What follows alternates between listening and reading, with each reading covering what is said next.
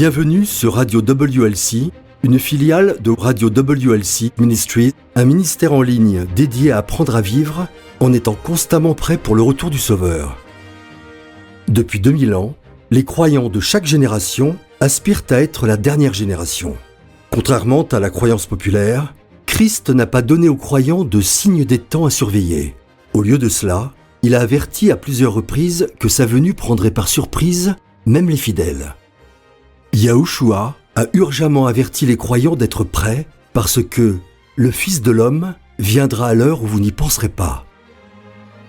Radio WLC enseigne les esprits et prépare les cœurs au retour soudain de Christ.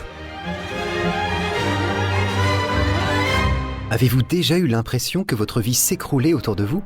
Avez-vous vécu des expériences si douloureuses que vous aviez l'impression qu'il ne vous restait plus aucune raison pour laquelle vivre ? Personnellement, je n'ai jamais atteint le point où je me suis senti comme s'il ne me restait plus aucune raison de vivre.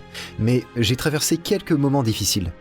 En fait, il y a quelques mois à peine, notre famille a traversé une période très difficile après que mon fils, qui est extrêmement allergique aux noix, y ait été exposé dans un restaurant. Il n'en a même pas mangé, mais les particules présentes dans l'air ont suffi à le faire hospitaliser en soins intensifs sous respirateur artificiel pendant une semaine.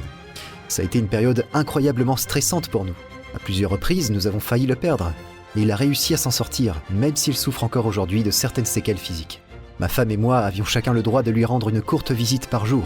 Elle le voyait pendant 15 minutes le matin et j'avais droit à 15 minutes avec lui le soir. Je me souviens qu'après avoir failli pour la deuxième fois le perdre, j'ai pris conscience d'une chose importante. Je me souviens avoir pensé que tout ce qui me stressait quelques jours auparavant n'était rien comparé à ce que je vivais alors. Et j'ai sincèrement souhaité, je suppose que je pourrais dire un retour à un niveau de stress normal. Mais que faites-vous quand la vie est extrêmement difficile, quand cela semble insurmontable ? Comment trouver la force de continuer ? Bonjour, je suis Eric Thomas et vous écoutez Radio World's Last Chance, où nous abordons divers sujets liés aux Écritures, aux prophéties, à la piété pratique, aux croyances bibliques et à la vie dans une préparation constante au retour inattendu du Sauveur. Aujourd'hui, nous allons nous intéresser au récit de Job. Plus précisément, nous allons voir comment il a surmonté les pertes dévastatrices qu'il a subies. Ce que Job a vécu reste une référence pour la plupart des gens quand il s'agit de pertes et de souffrances accablantes. Alors, comment est-ce qu'il a fait ? Que savait-il qui lui a donné la force de continuer à faire confiance à Yahweh malgré tout ce qui se passait ? Avec Jean-Olivier, nous allons partager quelques idées à ce sujet. Plus tard, dans notre courrier des auditeurs, nous allons répondre à une question qui nous est posée assez fréquemment, à savoir pourquoi nous utilisons toujours le titre Dieu alors que nous connaissons et utilisons le véritable nom divin Yahweh. Ensuite, Élise Blanc a une merveilleuse promesse pour ceux qui ont besoin de la force de Yahweh pour les soutenir. Jean ? J'aimerais commencer par vous parler de Jerry. Il est né de parents juifs lituaniens qui avaient fui aux États-Unis pour échapper à la persécution.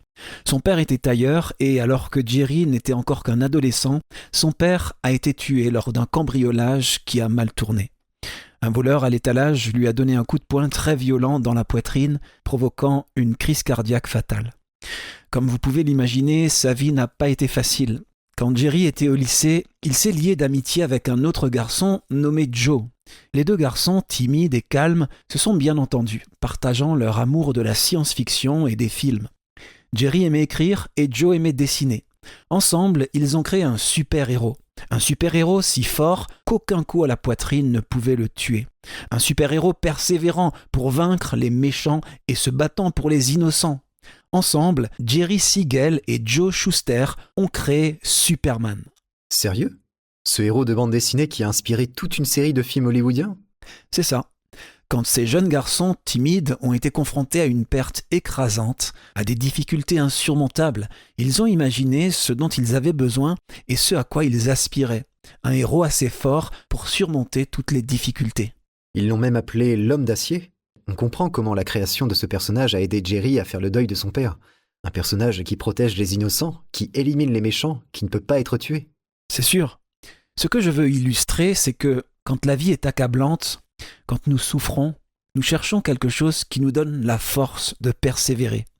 Joe et Jerry ont trouvé cela dans un monde imaginaire.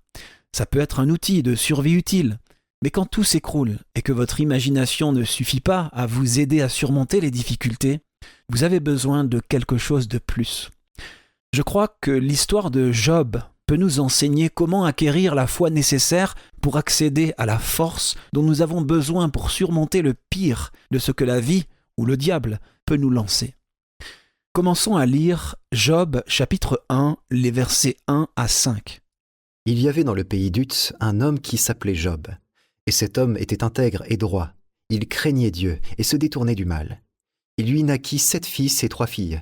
Il possédait 7000 brebis, 3000 chameaux, 500 paires de bœufs, 500 ânesses et un très grand nombre de serviteurs. Et cet homme était le plus considérable de tous les fils de l'Orient. Ses fils allaient les uns chez les autres et donnaient tour à tour un festin, et ils invitaient leurs 3 sœurs à manger et à boire avec eux. Et quand les jours de festin étaient passés, Job appelait et sanctifiait ses fils. Puis il se levait de bon matin et offrait pour chacun d'eux un holocauste. Car Job disait « Peut-être mes fils ont-ils péché et ont-ils offensé Dieu dans leur cœur ?» C'est ainsi que Job avait coutume d'agir. Non seulement Job était l'équivalent d'un milliardaire aujourd'hui, mais il était aussi très dévoué, vraiment dévoué. Je pense qu'il avait remarqué quelque chose chez ses enfants qui le rendait nerveux. Peut-être qu'ils avaient des valeurs plus matérialistes, mondaines. Peut-être qu'ils ne semblaient pas aussi sérieux et dévoués que lui. Nous ne le savons pas.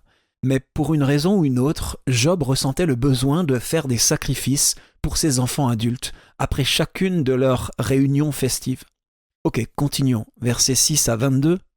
Or, les fils de Dieu vinrent un jour se présenter devant Yahweh, et Satan vint aussi au milieu d'eux.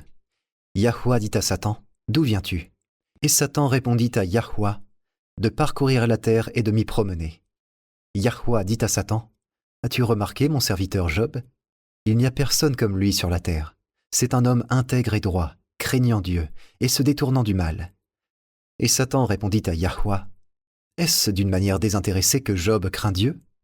Ne l'as-tu pas protégé, lui, sa maison et tout ce qui est à lui ? Tu as béni l'œuvre de ses mains, et ses troupeaux couvrent le pays. Mais étends ta main, touche à tout ce qui lui appartient, et je suis sûr qu'il te maudit en face. » Yahweh dit à Satan, « Voici, tout ce qui lui appartient, je te le livre. Seulement, ne porte pas la main sur lui. » Et Satan se retira de devant la face de Yahweh. Un jour que les fils et les filles de Job mangeaient et buvaient du vin dans la maison de leur frère aîné, il arriva auprès de Job un messager qui dit « Les bœufs labourés et les ânesses paissaient à côté d'eux. Des Sabéens se sont jetés dessus, les ont enlevés et ont passé les serviteurs au fil de l'épée. Et je me suis échappé moi seul pour t'en apporter la nouvelle. » Il parlait encore, lorsqu'un autre vint et dit « Le feu de Dieu est tombé du ciel, a embrasé les brebis et les serviteurs, et les a consumés. Et je me suis échappé moi seul pour t'en apporter la nouvelle. » Il parlait encore, lorsqu'un autre vint et dit « Des Chaldéens, formés en 3 bandes, se sont jetés sur les chameaux, les ont enlevés et ont passé les serviteurs au fil de l'épée. Et je me suis échappé moi seul pour t'en apporter la nouvelle. » Il parlait encore, lorsqu'un autre vint et dit « Tes fils et tes filles mangeaient et buvaient du vin dans la maison de leur frère aîné. Et voici, un grand vent est venu de l'autre côté du désert et a frappé contre les 4 coins de la maison. Elle s'est écroulée sur les jeunes gens et ils sont morts.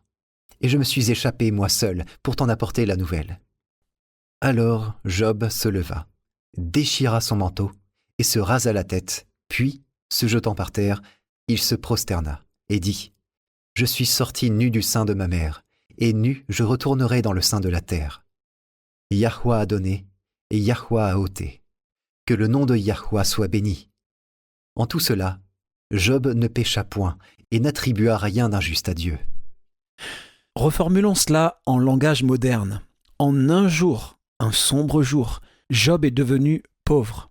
Sa capacité à payer ses factures, sa capacité à payer ses employés, tout ça a été balayé d'un seul coup.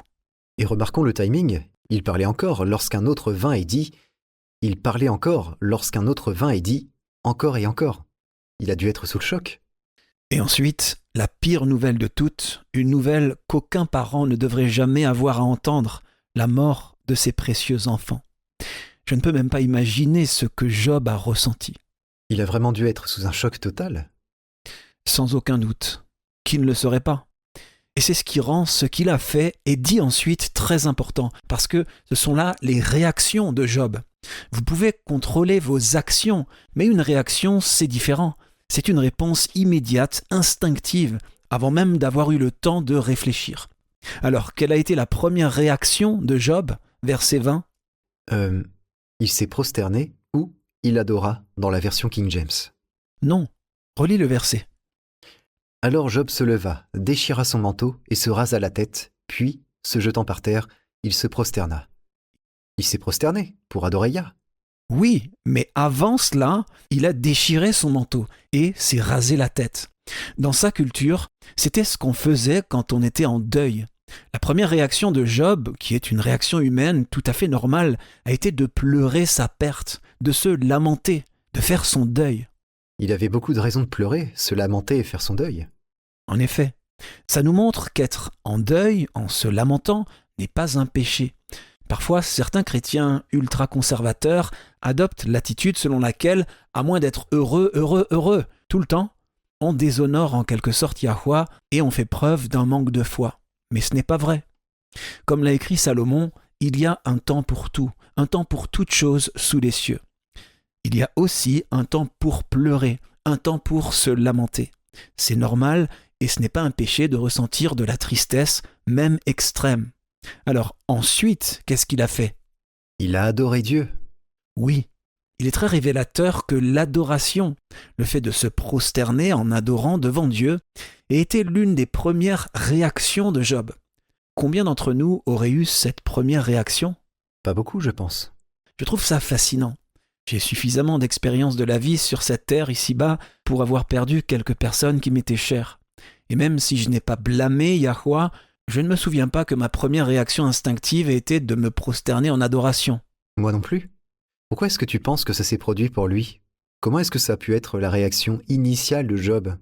Nous allons en parler, car je me suis posé la même question. Relisons le verset 21, qui nous donne un indice sur son processus de raisonnement. Qu'est-ce que Job a dit ? « Je suis sorti nu du sein de ma mère, et nu je retournerai dans le sein de la terre.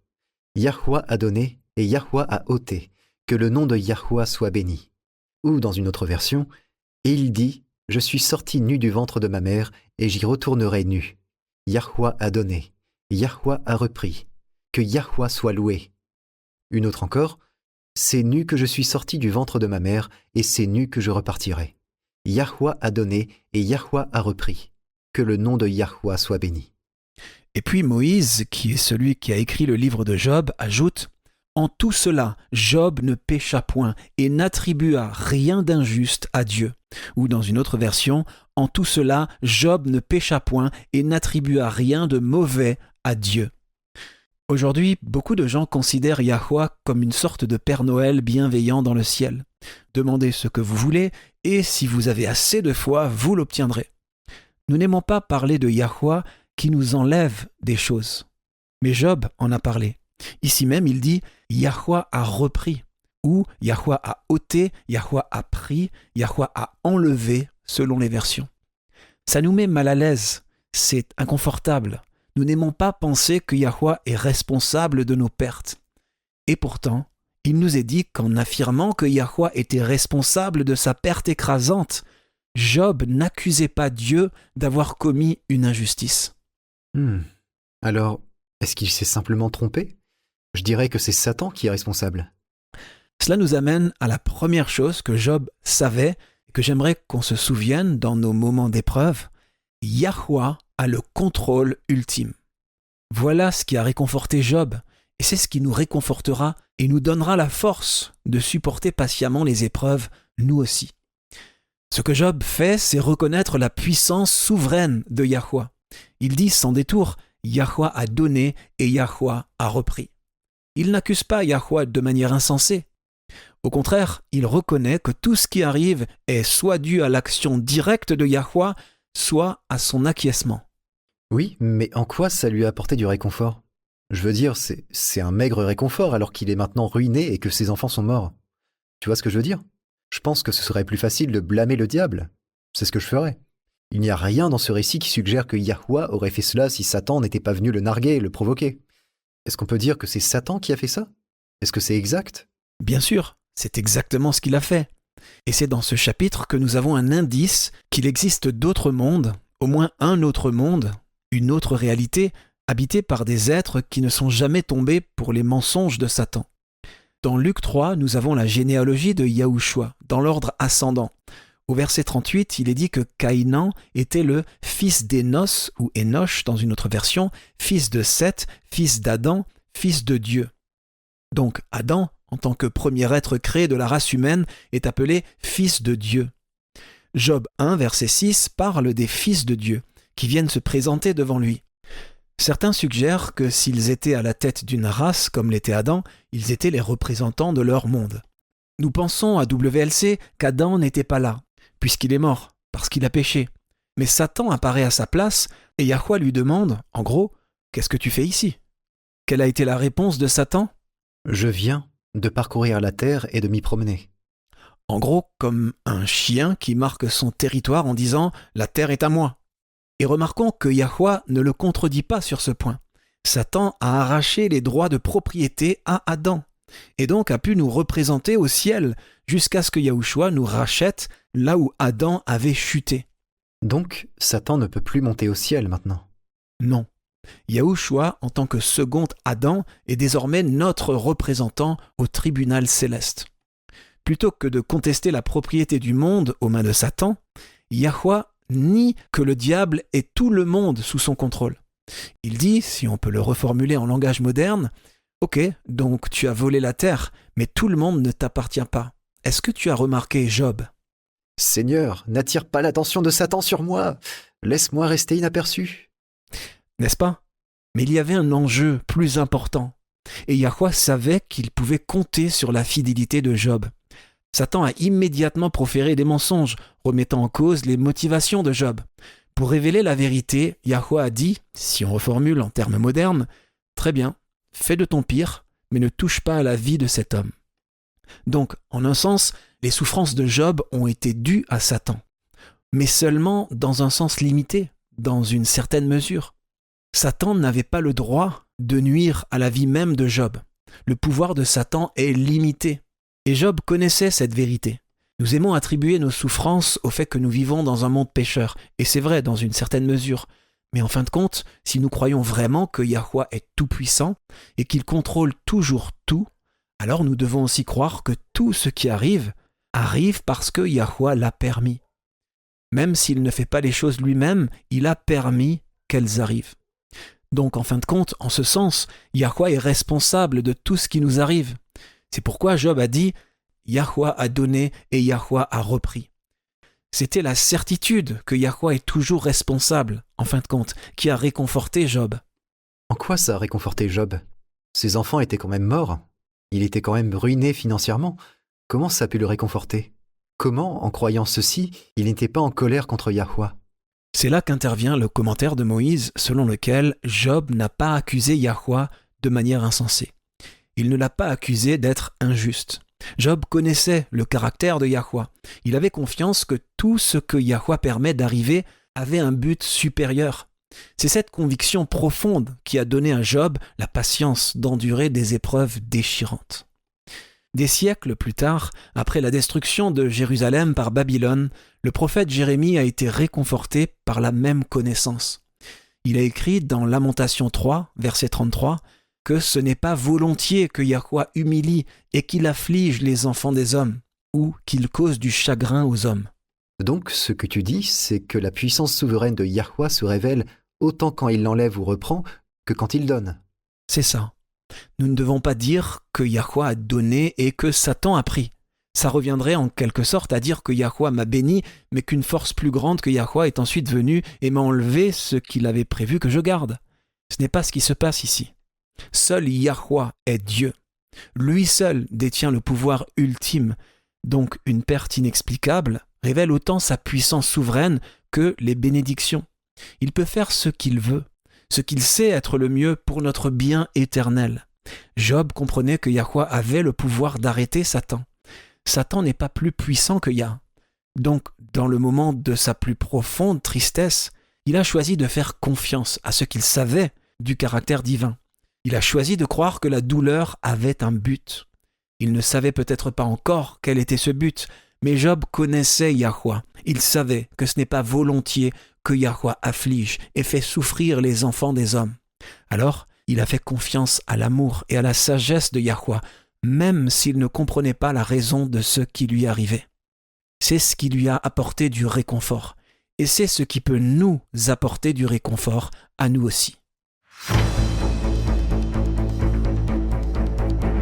L'un des plus beaux dons de Yahweh est celui de la compagnie et de l'amitié d'un partenaire de vie, un époux, une épouse. Même au paradis, Adam s'est senti seul. Pouvoir traverser la vie en partageant ses joies et ses peines avec son meilleur ou sa meilleure amie est vraiment un cadeau divin. Malheureusement, aujourd'hui, plus de mariages que jamais se terminent par un divorce. De nombreuses études ont été menées pour montrer quels sont les problèmes qui conduisent à des difficultés dans le mariage et qui, s'ils ne sont pas résolus, peuvent aboutir au divorce. Ce sont là des informations précieuses. Mais il y a aussi des secrets à connaître pour avoir un mariage durable et heureux qui enrichit la vie de chacun et qui rend gloire à Yah. Si vous êtes marié ou si vous envisagez de vous marier, recherchez l'émission numéro 90 intitulée « Le secret d'un mariage réussi ». Votre mariage n'a pas à rejoindre le nombre croissant de divorces à travers le monde. Apprenez comment vous pouvez pleinement profiter du don de Yah, qui est un époux ou une épouse pour la vie. Recherchez l'émission numéro 90, Le secret d'un mariage réussi, sur worldslastchance.com ou sur notre chaîne YouTube.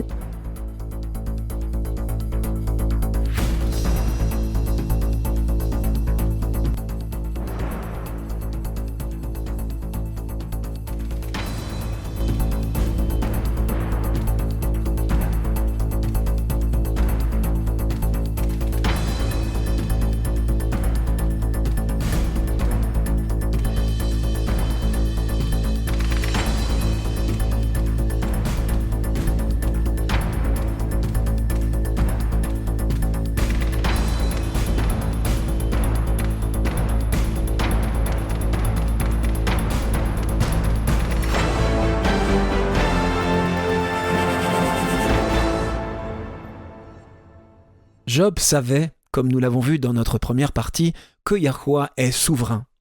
Il est, en fin de compte, le pouvoir qui contrôle tout. Une autre chose que Job savait et qui lui a donné la force de persévérer, c'est que Yahweh est fidèle et qu'il nous aime. Job n'avait pas l'avantage d'avoir la Bible, mais il connaissait Yahweh. Il avait confiance en son amour. Satan a essayé de faire douter Job de l'amour de Yahweh. L'ampleur des pertes subies par Job a été mentalement et émotionnellement accablante. Le fait que ça se soit produit le jour même où les enfants de Job s'étaient réunis pour profiter de la compagnie les uns des autres ajoutait vraiment une amère insulte à une blessure déjà horrible. Satan voulait rendre tout cela spirituellement accablant. Mais plus que le moment choisi, c'est aussi la manière dont tout a été perdu. Qu'est-ce que tu veux dire ? Eh bien, les Sabéens sont venus et ont volé les bœufs et les ânes, les Chaldéens sont venus et ont volé tous les chameaux, mais qu'est-ce qui est arrivé aux moutons ? Ils ont été brûlés ? C'est bizarre. Pas vraiment. Les moutons étaient utilisés pour les sacrifices. En brûlant tous les moutons, non seulement Job était empêché d'offrir des sacrifices, tous ces animaux avaient disparu, mais ça pouvait aussi laisser entendre que Yahweh n'était pas intéressé par les sacrifices qu'il lui offrait. C'était un moyen pour Satan de semer le doute dans le cœur de Job. Waouh, je n'avais jamais remarqué ça, mais tu as raison. Le verset 16 dit « Il parlait encore lorsqu'un autre vint et dit « Le feu de Dieu est tombé du ciel, a embrasé les brebis et les serviteurs et les a consumés. Et je me suis échappé moi seul pour t'en apporter la nouvelle. » Dans les Écritures, le feu tombant du ciel est un signe du jugement divin. C'est ça. Satan voulait détruire la foi de Job en Yahweh. Il voulait que Job se sente abandonné par Yah. Il voulait que Job commence à douter et à supposer que Yahweh l'avait rejeté et abandonné, ou qu'il le punissait. Mais Job connaissait Yahweh. Il savait que le Créateur est un Dieu d'amour. Donc il savait qu'il se passait autre chose. Job savait que, puisque Yahweh est finalement aux commandes, ses problèmes venaient du fait que Yahweh les avait permis. Ce n'étaient pas les dieux des Sabéens ou des Chaldéens qui étaient responsables, mais le propre Dieu de Job, Yahweh. Il est intéressant de noter que ces mêmes souffrances que Satan utilise pour essayer d'ébranler notre foi en Yahweh sont celles que Yahweh utilise pour renforcer notre foi.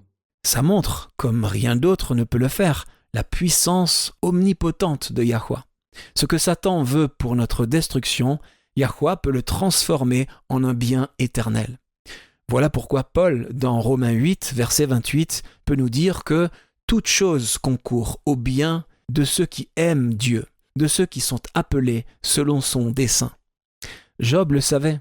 Il n'y a pas la moindre allusion dans le livre de Job qui indique que Job, même un instant, soit tombé dans le piège de penser que Yahweh ne l'aimait plus ou lui avait tourné le dos. La déclaration de Job selon laquelle Yahweh a donné et Yahweh a repris était une déclaration de conviction. Il disait en quelque sorte « Yahweh a fait cela parce qu'il m'aime ». Waouh! Il aurait été si facile de se mettre en colère contre Yahweh ou de commencer à douter de sa bonté. Mais ça aurait été accuser Yahweh de manière insensée. Nous avons l'avantage d'avoir les Écritures, ce que Job n'avait pas. Nous savons que Yahweh ne change jamais. Nous avons de nombreuses preuves de son amour pour nous, à la fois dans les récits conservés dans les Écritures et dans nos propres vies, à un niveau personnel. Sans parler du don de Yahushua. Donc, nous pouvons choisir de faire confiance nous aussi. Notre Créateur est notre Père céleste. Il nous corrige, oui, il nous punit même, mais comme un bon parent terrestre, il le fait avec amour et pour notre bien éternel. Et quand, comme Job, nous acceptons cela, quand nous l'embrassons et nous y accrochons, nous avons alors la force de persévérer. Allons dans Hébreux 12. Il y a ici un passage qui traite de ce sujet.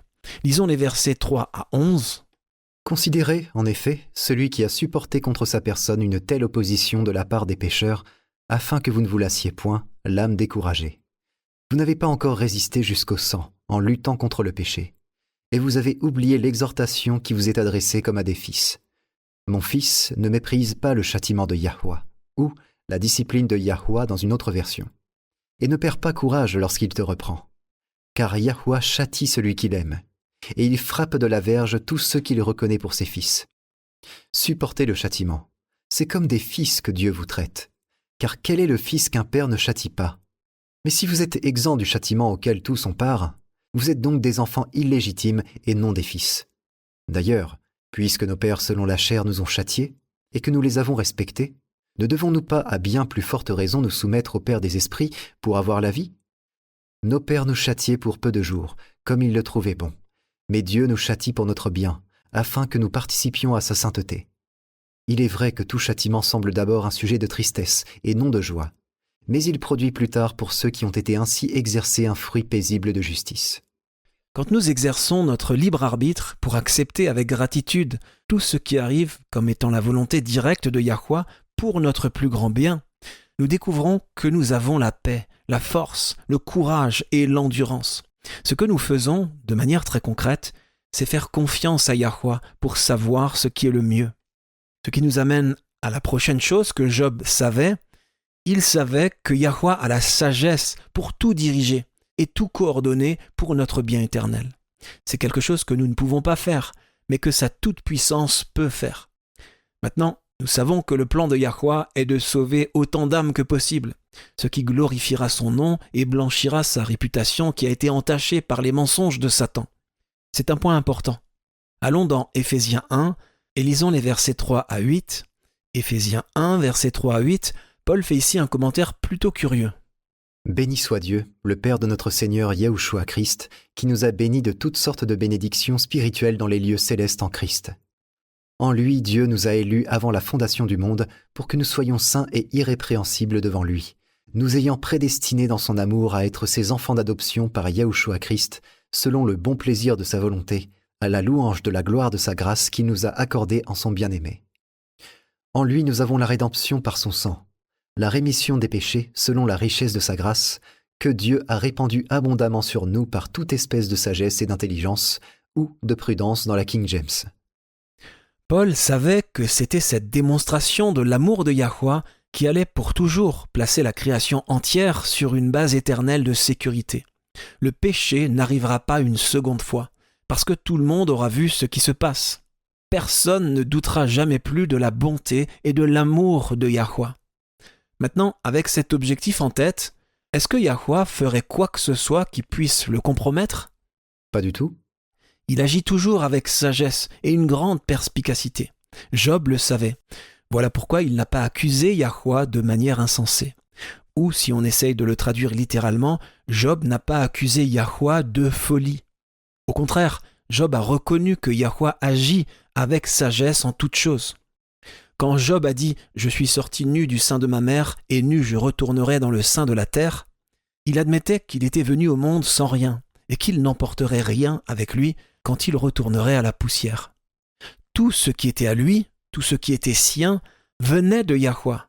Donc, comme tout appartient à Yahweh depuis le départ, il a le droit de le reprendre quand, dans son infinie sagesse, il sait que c'est pour le plus grand bien. Faire confiance à la sagesse de Yahweh, croire que toute chose concourt à notre bien, c'est vraiment difficile quand nous souffrons.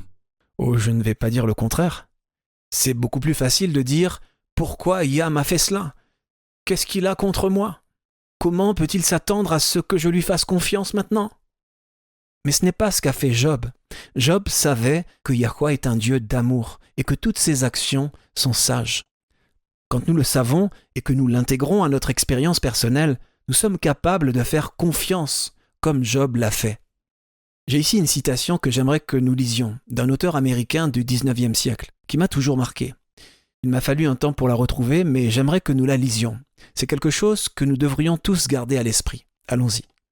Dieu ne conduit jamais ses enfants autrement qu'il ne choisirait d'être conduits s'il pouvait voir la fin dès le début et discerner la gloire du but qu'ils accomplissent en tant que collaborateurs avec lui.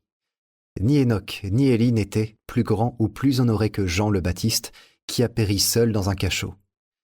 Car il vous a été fait la grâce par rapport à Christ, non seulement de croire en lui, mais encore de souffrir pour lui. Philippiens 1, verset 29. Et de tous les dons que le ciel peut accorder aux hommes, la communion avec Christ dans ses souffrances est la confiance la plus importante et l'honneur le plus élevé. Pourquoi est-ce une confiance importante et l'honneur le plus élevé ? Parce que si notre foi venait à s'effondrer, ça donnerait du crédit aux accusations de Satan. L'expérience de Job nous montre l'importance de reconnaître la sagesse de Yahweh dans le fait d'ordonner ou de permettre toute chose, même les expériences que nous trouvons les plus douloureuses. Si nous restons concentrés sur le fait qu'un Père aimant les a ordonnées pour notre bien, non seulement notre foi ne faiblira pas, mais elle deviendra en fait plus forte. Lisons une autre citation du même auteur. « Tout ce qui nous a laissés perplexes dans la providence de Yahweh sera clarifié dans le monde à venir. Les choses difficiles à comprendre trouveront alors une explication. Les mystères de la grâce se dévoileront devant nous. Là où nos esprits limités ne voyaient que confusion et promesses non tenues, nous verrons l'harmonie la plus parfaite et la plus belle. Nous saurons que l'amour infini a ordonné les expériences qui semblaient les plus éprouvantes. » Remarquons que ce n'est pas seulement de permettre, mais activement ordonner. Job le savait. Voilà pourquoi il pouvait voir au-delà des mensonges de Satan et continuer à faire confiance à l'amour et à la sagesse de son Père céleste. Continue à lire. Celui qui est imprégné de l'Esprit de Christ demeure en Christ. Le coup qui lui est destiné tombe sur le Sauveur qui l'entoure de sa présence. Tout ce qui lui arrive vient de Christ. Il n'a pas besoin de résister au mal, car Christ est sa défense. Rien ne peut le toucher sans la permission de notre Seigneur, et toutes choses qui sont permises concourent au bien de ceux qui aiment Dieu. Notre Père céleste dispose d'un millier de façons de subvenir à nos besoins dont nous n'avons même pas connaissance. Ceux qui acceptent le principe unique de faire du service de Yahweh leur priorité suprême verront leur perplexité disparaître et un chemin clair s'ouvrir devant eux. Si nous lui confions notre destin, il guidera nos pas. Waouh, c'est magnifique! En adoptant cette connaissance comme fondement sur lequel nous construisons nos croyances, nous pourrons dire avec Job, quelle que soit la crise dans laquelle nous nous trouvons, « Béni soit le nom de Yahweh ». Qu'est-ce que cette phrase signifie ? « Béni soit le nom de Yahweh ». Yahweh est celui qui bénit. Comment est-ce que nous bénissons son nom ? C'est une bonne question. Nous bénissons son nom quand, comme Job, au milieu d'épreuves déchirantes, d'une tristesse et d'un stress accablant, nous continuons à confesser qu'il est bon, bienveillant et aimant, et que nous continuons à lui faire confiance.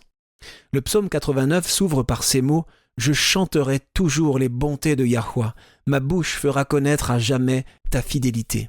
Ou dans une autre version « Je chanterai à jamais l'amour inébranlable de Yahweh, de ma bouche je ferai connaître ta fidélité à toutes les générations ». Une foi aussi forte devient un témoignage pour les autres, renforçant leur propre foi. Voilà comment nous bénissons le nom de Yahweh. Lisons Ésaïe 63, les versets 7 à 9. Je publierai les grâces de Yahweh, les louanges de Yahweh, d'après tout ce que Yahweh a fait pour nous. Je dirai sa grande bonté envers la maison d'Israël, qu'il a traitée selon ses compassions et la richesse de son amour. Il avait dit, « Certainement ils sont mon peuple, des enfants qui ne seront pas infidèles. » Et il a été pour eux un sauveur. Dans toute leur détresse, ils n'ont pas été sans secours, et l'ange qui est devant sa face les a sauvés. Il les a lui-même rachetés dans son amour et sa miséricorde, et constamment il les a soutenus et portés aux anciens jours. C'est la connaissance de l'amour constant et immuable de Yahweh, de sa puissance exercée en notre faveur, et toujours pour notre plus grand bien, qui maintient notre foi forte. C'est ce qui a donné à Job la force de rester fidèle, et ce qui nous donnera aussi la force de persévérer. Job a fait plus que simplement se soumettre à la volonté de Yahweh, il est allé plus loin, et dans son moment de choc et de chagrin extrême, il a adoré Yahweh. Ça montre la profondeur de sa confiance et à quel point sa foi restait attachée à ce qu'il savait être vrai. Nous sommes à court de temps, mais Satan avait dit que si Yahweh le laissait attaquer Job, Job maudirait Yah en face. Bien sûr, nous savons que ça ne s'est pas produit. Au contraire, Job a déclaré « Béni soit le nom de Yahweh ». Ce genre de foi ne se produit que quand vous faites confiance à Yahweh. Et cette confiance ne vient qu'avec la connaissance personnelle de lui en tant que votre Père céleste aimant, attentionné et digne de confiance. Et comment est-ce que nous développons cet amour et cette confiance ? En passant du temps avec lui, dans sa parole, en prenant l'habitude de lui faire confiance dans les petites choses. Alors, quand des grandes choses surviennent dans la vie, nous continuons sur la voie où nous sommes déjà, sachant que dans son amour et sa puissance infinie, il fait tout concourir à notre bien.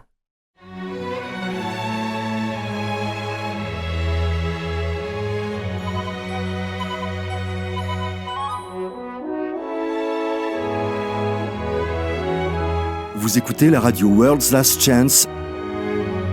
Radio World's Last Chance enseigne les esprits et prépare les cœurs au retour soudain de Christ. L'un des sujets les plus mal compris des Écritures est celui du sabbat. De nombreux chrétiens ont reçu l'enseignement selon lequel la loi, et donc le sabbat, aurait été clouée à la croix. Ils croient que ceux qui continuent à célébrer le sabbat du 7e jour sont des légalistes. Toutes ces suppositions passent complètement à côté de l'objectif principal du sabbat. Le sabbat n'est pas une corvée coûteuse, c'est un privilège. De plus, il existe des preuves bibliques que le sabbat sera encore célébré dans l'éternité. Rejoignez Eric et Jean alors qu'ils explorent ce que le sabbat signifie réellement pour les croyants d'aujourd'hui. Recherchez notre émission de radio précédemment diffusée intitulée « Le sabbat, l'éternel privilège de l'adoration ». Vous pouvez la retrouver sur notre site web ainsi que sur notre chaîne YouTube. Saviez-vous que vos paroles de louange sont précieuses pour le Père ? Malachie 3, verset 16 nous dit « Alors ceux qui craignent Yahweh se parlèrent l'un à l'autre. Yahweh fut attentif et il écouta, et un livre de souvenirs fut écrit devant lui pour ceux qui craignent Yahweh et qui méditent sur son nom. » Vos paroles de gratitude et de louange sont si précieuses que le Père les enregistre dans un livre. Alors exprimez votre amour et votre gratitude, souvent, et voyez votre foi grandir.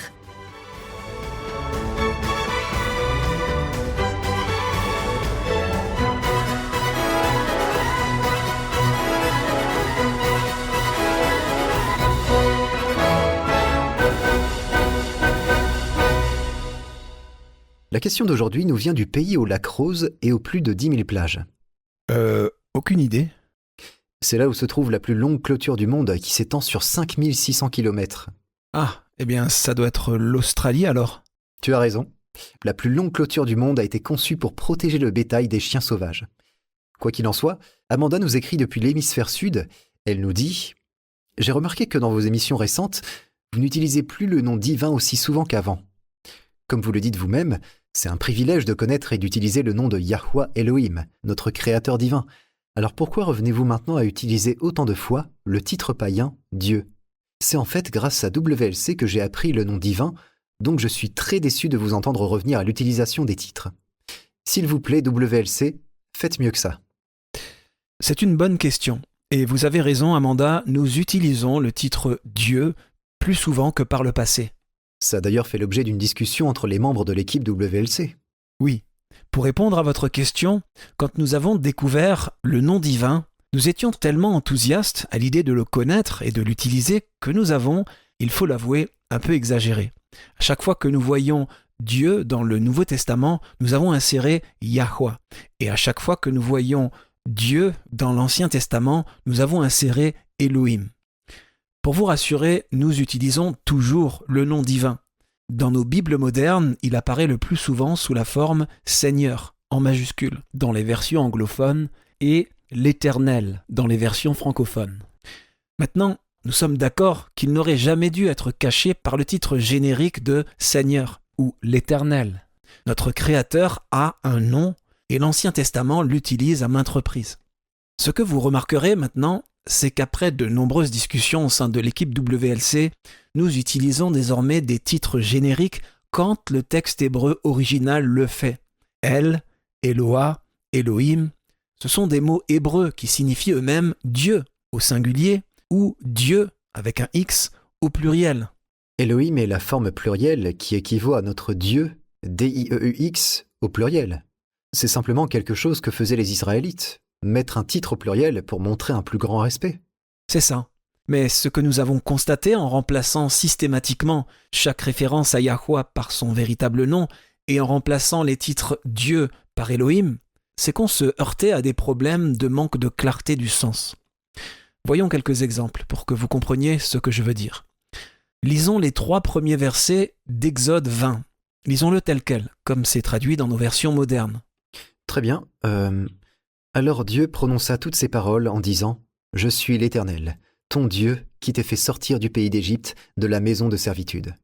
Tu n'auras pas d'autre Dieu devant ma face. » Donc, si vous voulez restaurer le nom sacré, comme nous l'avons fait depuis longtemps, on lirait ce passage comme ceci. Alors Elohim prononça toutes ces paroles en disant « Je suis Yahweh, ton Elohim, qui t'ai fait sortir du pays d'Égypte, de la maison de servitude. Tu n'auras pas d'autre Dieu devant ma face. » Et c'est très bien, c'est correct, mais ça perd certaines nuances ici. Le mot Elohim est simplement le mot hébreu pour Dieu au pluriel. Le mot Elohim lui-même est un titre qui peut être utilisé à la fois pour les faux dieux comme pour Yahweh. Donc, cette idée selon laquelle on ne pourrait pas appliquer à Yahweh un mot, un titre, qui peut être aussi utilisé pour les faux dieux, est une idée fausse. Les Écritures elles-mêmes utilisent à maintes reprises Elohim pour désigner Yahweh, tout comme pour désigner les faux dieux. C'est ça. Parce que, à moins d'avoir un mot qui puisse être utilisé pour désigner à la fois le vrai et le faux, on ne peut pas faire de comparaison. Ce premier commandement est une déclaration de comparaison. Il est dit que Yahweh est le seul vrai Elohim. Il est le seul vrai Dieu. C'est pourquoi il explique « Tu n'auras pas d'autre Dieu, d'autre Elohim devant moi ». Donc, à moins d'utiliser le mot Elohim à chaque fois que le mot Dieu au pluriel apparaît dans les Écritures, vous allez passer à côté de ces déclarations comparatives. Et le problème avec ça, c'est que certaines personnes parmi notre audience ne savent peut-être pas que le mot hébreu pour Dieu au pluriel est Elohim, ou que la pluralisation d'un titre était couramment utilisée pour montrer du respect. Si on utilise Elohim exclusivement pour Yahweh, on fait essentiellement ce que les traducteurs ont fait quand ils ont utilisé Seigneur à la place du nom de Yahweh. Elohim est simplement un titre, tout comme le mot Dieu. Il y a des concepts dans les Écritures que vous ne pouvez tout simplement pas communiquer si vous n'avez pas la capacité linguistique de faire une déclaration comparative. Un bon exemple se trouve dans Jean 17, verset 3. Lisons-le. Jean 17, verset 3. « Or, la vie éternelle, c'est qu'ils te connaissent, toi, le seul vrai Dieu, et celui que tu as envoyé, Yahushua Christ. » C'est une déclaration puissante qui affirme que Yahweh est le seul vrai Dieu.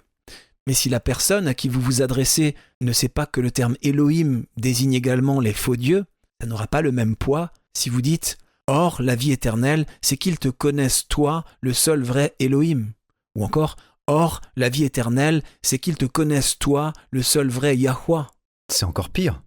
Eh bien, ça change le sens de la phrase originale, et nous ne voulons pas faire cela. Une autre déclaration qu'on ne peut pas faire sans utiliser un titre qui fait référence à la fois au vrai et au faux est une déclaration d'identification. Un exemple de cela se trouve dans Deutéronome 20, verset 1. Lisons-le. Nous pouvons remplacer le nom réel, mais laissons les titres pour que ce soit clair. Ok. Il est écrit « Lorsque tu iras à la guerre contre tes ennemis, et que tu verras des chevaux et des chars, et un peuple plus nombreux que toi, tu ne les craindras point. Car Yahweh, ton Dieu, qui t'a fait monter du pays d'Égypte, est avec toi. » Yahweh, ton Dieu. Nous ne parlons pas des dieux des Sidoniens, des Moabites ou des Égyptiens. Nous parlons de ton Dieu, et c'est Yahweh. Un autre bon exemple est Deutéronome 10, verset 17. Lisons-le. « Car Yahweh, votre Dieu, est le Dieu des dieux, le Seigneur des seigneurs, le Dieu grand, fort et terrible, qui ne fait point d'acception des personnes et qui ne reçoit point de présent. » Sans utiliser un titre générique qui fait référence à la fois à Yahweh et au faux Dieu, on ne pourrait pas dire que Yahweh est le Dieu des dieux. On ne pourrait même pas dire qu'il est le Dieu grand ou le grand Dieu. Je suppose qu'on pourrait dire « Car Yahweh, ton Elohim, est l'Elohim des Elohim, et l'Adon des... » Je ne sais pas quel est le pluriel de Seigneur. Et le grand L. Mais là encore, l'insertion des mots étrangers peut créer de la confusion si l'auditeur ne connaît pas ces mots étrangers. La communication ne peut avoir lieu si vous utilisez des mots que les autres ne connaissent pas ou ne comprennent pas. Et n'oublions pas, dans l'hébreu original, Yahweh lui-même utilise des titres génériques pour établir un contraste entre lui-même et les faux dieux. Ce n'est pas un péché d'utiliser le mot « Dieu ». C'est simplement le mot qui a été transmis dans notre famille de langues à partir des mots que Yahweh a attribués à nos ancêtres à la tour de Babel. Les mots ne sont que des sons auxquels nous attribuons une signification. Nous ne croyons pas à WLC qu'ils aient une valeur morale en eux-mêmes. L'important, c'est de garder la communication claire et ne pas se limiter arbitrairement d'une manière que même les Écritures ne font pas. Parlons du Nouveau Testament. Tout ce que tu viens de dire s'applique à l'Ancien Testament. Qu'en est-il du Nouveau ? D'accord, c'est un peu différent. Une grande partie du Nouveau Testament a été écrite en grec koiné. Le mot grec pour Dieu est théos. Et comme dans le mot hébreu Elohim, ou notre mot français Dieu, c'était un titre appliqué à la fois à Yahweh et au faux Dieu. Il existe des preuves suggérant qu'une partie du Nouveau Testament a été écrite en araméen, en particulier les évangiles. Mais nous devons nous rappeler qu'à l'époque de Christ, la religion israélite, ou juive, était spirituellement morte, mais remplie de règles rigides et de formalités froides. L'une de ces règles arbitraires était que le nom divin serait trop saint pour être prononcé. Donc, ils ne l'utilisaient pas. Voilà pourquoi on ne trouve pas le mot « Yahweh » dans le Nouveau Testament, ni même dans le texte grec ou araméen. Et « Seigneur », ce mot apparaît dans le Nouveau Testament. Oui, et il fait généralement référence à Yahushua. Je ne sais pas comment on le dit en araméen, mais « Seigneur » en grec se dit « Kurios ». C'est simplement un titre de respect. Il ne s'applique pas nécessairement qu'à Dieu. Donc, dans le Nouveau Testament, quand il est clair de qui il s'agit, nous faisons souvent ce que nous faisons pour les citations d'auteurs modernes, quand il est clair qu'ils font référence à Yahweh. Nous rétablissons le nom divin dans ces circonstances. Les Écritures exhortent à maintes reprises les croyants à invoquer le nom de Yahweh. Et il n'est pas dit Seigneur ou Dieu dans l'original. Le nom divin est utilisé. Nous devons invoquer le nom de Yahweh. Il y a une puissance dans cela. Absolument. Mais ce n'est pas un péché d'utiliser un titre générique pour désigner Yahweh quand Yahweh lui-même le fait pour communiquer des concepts spécifiques qui ne pourraient être clairement communiqués d'une autre manière. C'est vrai. À suivre, Élise Blanc pour votre promesse quotidienne.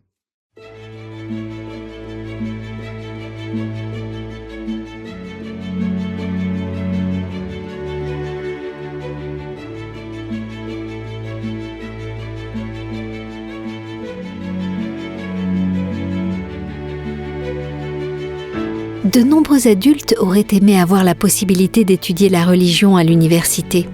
Il n'est pas trop tard. Sur worldslastchance.com, nous avons des centaines d'articles et de vidéos sur de nombreux sujets religieux et spirituels différents, et de nouveaux contenus sont ajoutés en permanence. Certains articles donnent des conseils sur comment vivre une vie chrétienne victorieuse. D'autres articles approfondissent des passages incompris de l'Écriture et expliquent ce que signifiait l'hébreu original. Nous proposons aussi de nombreux articles et vidéos sur les prophéties. Paul a dit à Timothée : toute écriture est inspirée de Dieu et utile pour enseigner, pour convaincre, pour corriger, pour instruire dans la justice, afin que l'homme de Dieu soit accompli et propre à toute bonne œuvre. Si vous lisez attentivement le contenu de notre site web, vous aurez une base solide non seulement dans les vérités doctrinales, mais vous connaîtrez aussi les secrets d'une prière efficace et comment étudier la Bible pour découvrir la vérité par vous-même. Visitez notre site worldslastchance.com. Il n'est jamais trop tard pour commencer. worldslastchance.com prépare un peuple pour le retour très proche du Sauveur.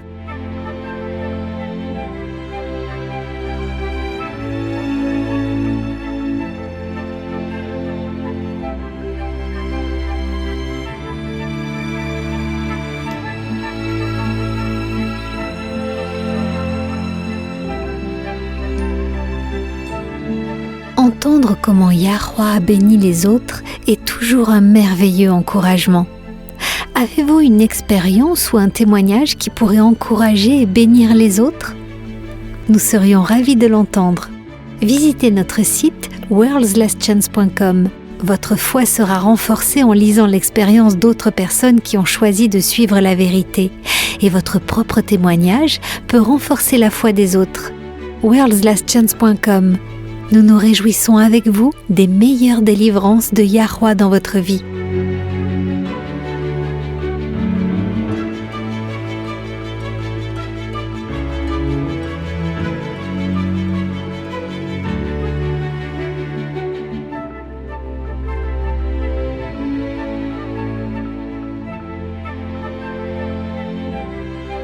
Êtes-vous confronté à une situation où vous avez besoin d'aide et de conseils divins?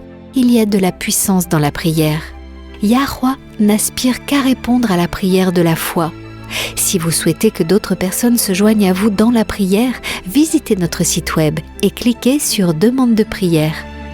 L'équipe WLC prie chaque jour sur la liste de prières et d'autres personnes dans le monde entier peuvent se joindre à vous pour chercher la face du Père. N'oubliez pas, la prière fait bouger le bras de la Toute-Puissance. Nous nous joignons à vous dans la prière sur worldslastchance.com.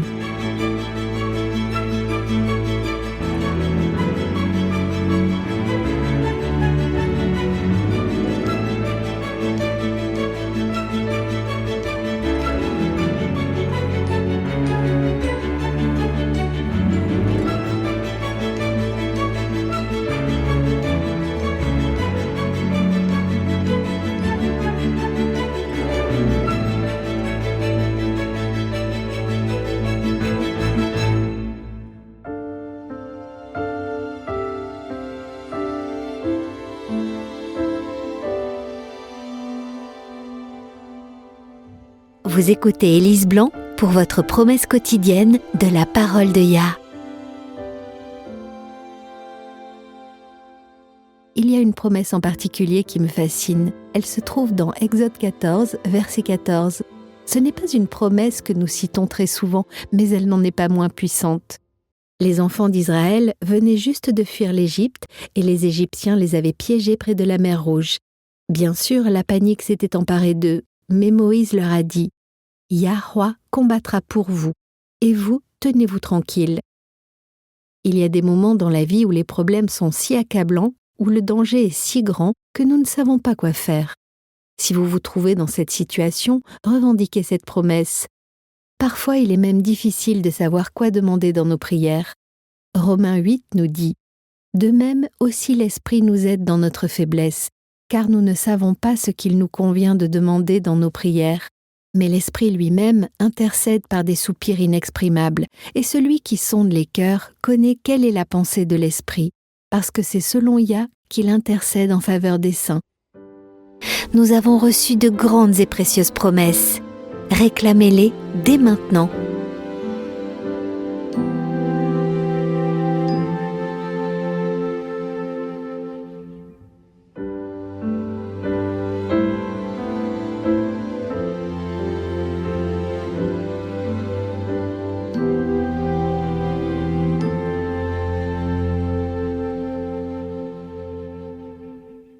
Merci de vous être joint à nous pour l'émission d'aujourd'hui.